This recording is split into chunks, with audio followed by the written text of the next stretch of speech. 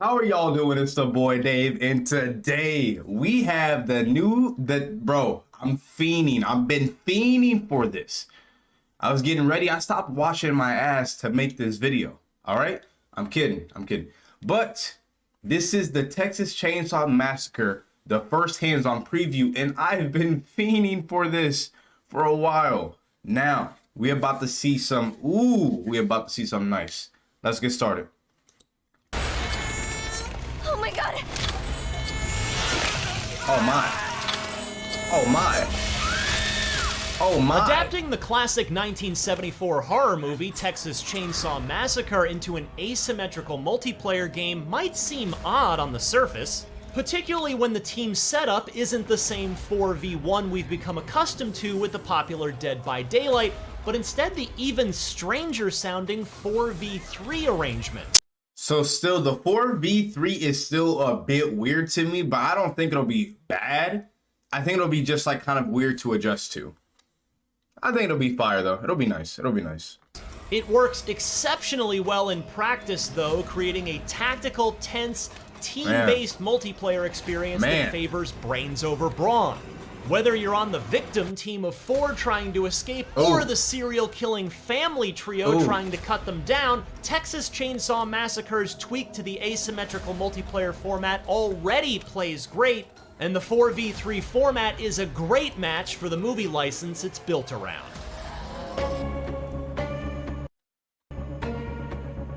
Texas Chainsaw Massacre preview. Let's go. Developer-publisher Gun Interactive promises more maps for launch next year, but for this preview session, I played a half dozen rounds in Texas Chainsaw Massacre's most recognizable location, the rural Texas house the film is set in. Victims start out in the basement, and teamwork is encouraged and, dare I say, vital. There are only a few ways out of the basement and just 2 ways out of the house once you get upstairs. That is what people have been telling me about, because I was a little iffy on the maps. You have to work up levels. That's crazy. I'm not gonna lie. I like that though. I like that. In other words, there are only 2 ways to win. Yes, only 2, because the victims can't kill the family, but instead only stun them, further affecting the balance of power. They can, however, slip through narrow gaps in the walls and duck under barbed wire traps. Meanwhile, characters on both sides have unique skills. While the cook can listen closely to unstealthy victims and add locks to doors for the family, making it more time-consuming for the victims to get through them, Connie, for instance, has a one-time ability to break a lock instantly. Wow. This can literally mean the difference between victory and defeat, as in my final round, I was chasing down Connie as she made for the backyard gate. Meanwhile, the leather face of the franchise is big and not the slightest bit nimble.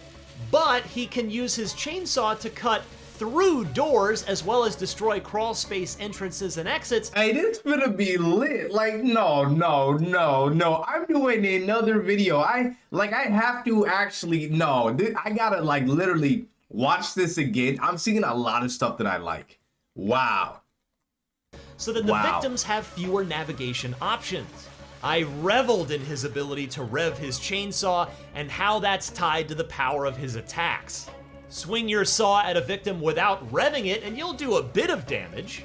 Rev it too high for too long and it'll stall out.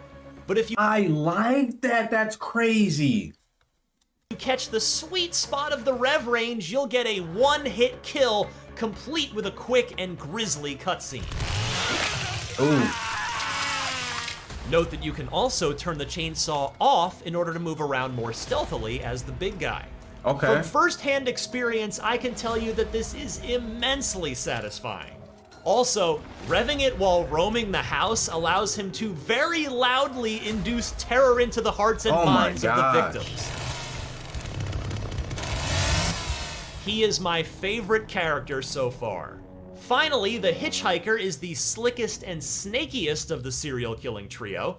He can get through those same small cracks and crevices the victims can, and I made sure to... That's what he means by brains over brawn. Like, you're gonna really have to be smart about this. I like this. I like this. Use his agility to whisk myself right to the front yard as the match began, turning on the gas-powered generator that powers the electrified security system guarding the path to the road. He can also lay down traps that are guaranteed to slow the victims down, either by ensnaring them directly or by putting them in spots where the teenagers have to spend time disabling them. All 3 family members are wise to collect blood from around the house as well as from victims in order to feed Grandpa, the non-playable member of the family who acts as a sort of Sauron-esque all-seeing eye. To feed Grandpa? Huh. Hey, yo. As the blood you feed him levels him up. He will occasionally shout and tag any victim who's moving in the moment he screams. Wow. And speaking of leveling up, there's a massive and persistent skill tree I didn't get to play with in this one-off demo session, but it promises to allow you to tailor your respective victim and family skills to your liking. I admit I enjoyed playing as the family more than the victims in my initial rounds. I had a blast trying to outsmart them despite being outnumbered. But no doubt, careful teamwork and coordination will pay off handsomely for good victim players. Oh, wow. Like when one of you goes to the top floor of the house and restores power to the basement exit, allowing their teammates another means of escape. Notably, too, victims are able to hide in dark corners of the house, in bushes outside, and sneak around quietly so as not to make a ton of noise and alert the family. As my developer guide put it, quote, "Just leaving a door open can hurt you in this game." The sheer number of tactics in play between these 2 starkly contrasted sides is impressive. More laudable is just how well Texas Chainsaw Massacre plays right now, despite its release date not being until sometime next year. The movie license hasn't just been slapped onto this game. Instead, it feels like an excellent pairing, and I can't wait to play more. For more on the Texas Chainsaw Massacre, check out the uncensored gameplay trailer as well as the game versus film comparison trailer, and for everything else in the world of video games, stick with IGN. There's a lot. I'm gonna have to make this a separate video because there is a lot to unpack about what we just saw. And I just want to say one thing. I saw someone when they posted this link on Twitter, I saw someone post in the comments pretty much like this game's gonna be unbalanced. Nah, it's looking like they're giving both teams like a really good go. Not a really good go, but they're giving them really good advantages on both sides. You're gonna get a really good go at either killing the victims or being able to escape as one of the victims or survivors, whatever you guys want to call it.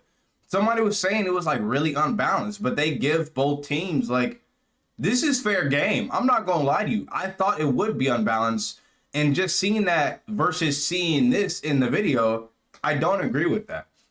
I feel like whether you're the family or the survivors, you're gonna have a really good chance. Period. I don't know what the hell they were talking about. I like a lot of what I saw. And the fact that there's gonna be a skill tree is actually a really big step up. I was not expecting that at all. There's certain stuff, I'm looking at it now, and I'm trying to think. There's certain stuff I saw during the video I actually want to talk about. But that unbalanced comment really is like, I don't know. The person who called it unbalanced might be the same person who loves Evil Dead, because I'm sorry, that game wasn't it. That game ain't it. I don't care if you like it. That game was cheeks. But I don't know if I'd play as a family as much as I would the survivors. But this game actually makes me want to. I never really play as the killers. Like in Friday the 13th, I didn't play as Jason as much because I just like being a camp counselor trying to outsmart Jason. But it seems like there's gonna be a lot of that, I guess you could say, brain power being the killer as well, because you actually got to try to outsmart the survivors as well. With Jason, it's just hunt, hunt, hunt. But there's going to be different characters that have different perks and abilities. That's what I mean by I don't see how this game is unbalanced. Both sides are going to have certain perks and abilities. You know, it might be beneficial, and, you know, it might not, depending on who you are. I'm not going to lie. This looks so good, though. And it doesn't look like an issue to where, like, okay, oh, I'm not, like, if you're anybody in the family, it doesn't matter if you have the chainsaw or if you're someone else, you're gonna have fun. This looked really good. I'm not gonna lie. We're gonna have to shut Grandpa up because you're not gonna tip me off to nobody, buddy. I'm going home. I'm escaping. Relax. But I hope you guys enjoyed this video. I didn't say too much during it, but I'm gonna make a separate video talking about things that I saw that I really like and I want to touch on. But I hope you guys have a good day. I'm gonna see y'all next time.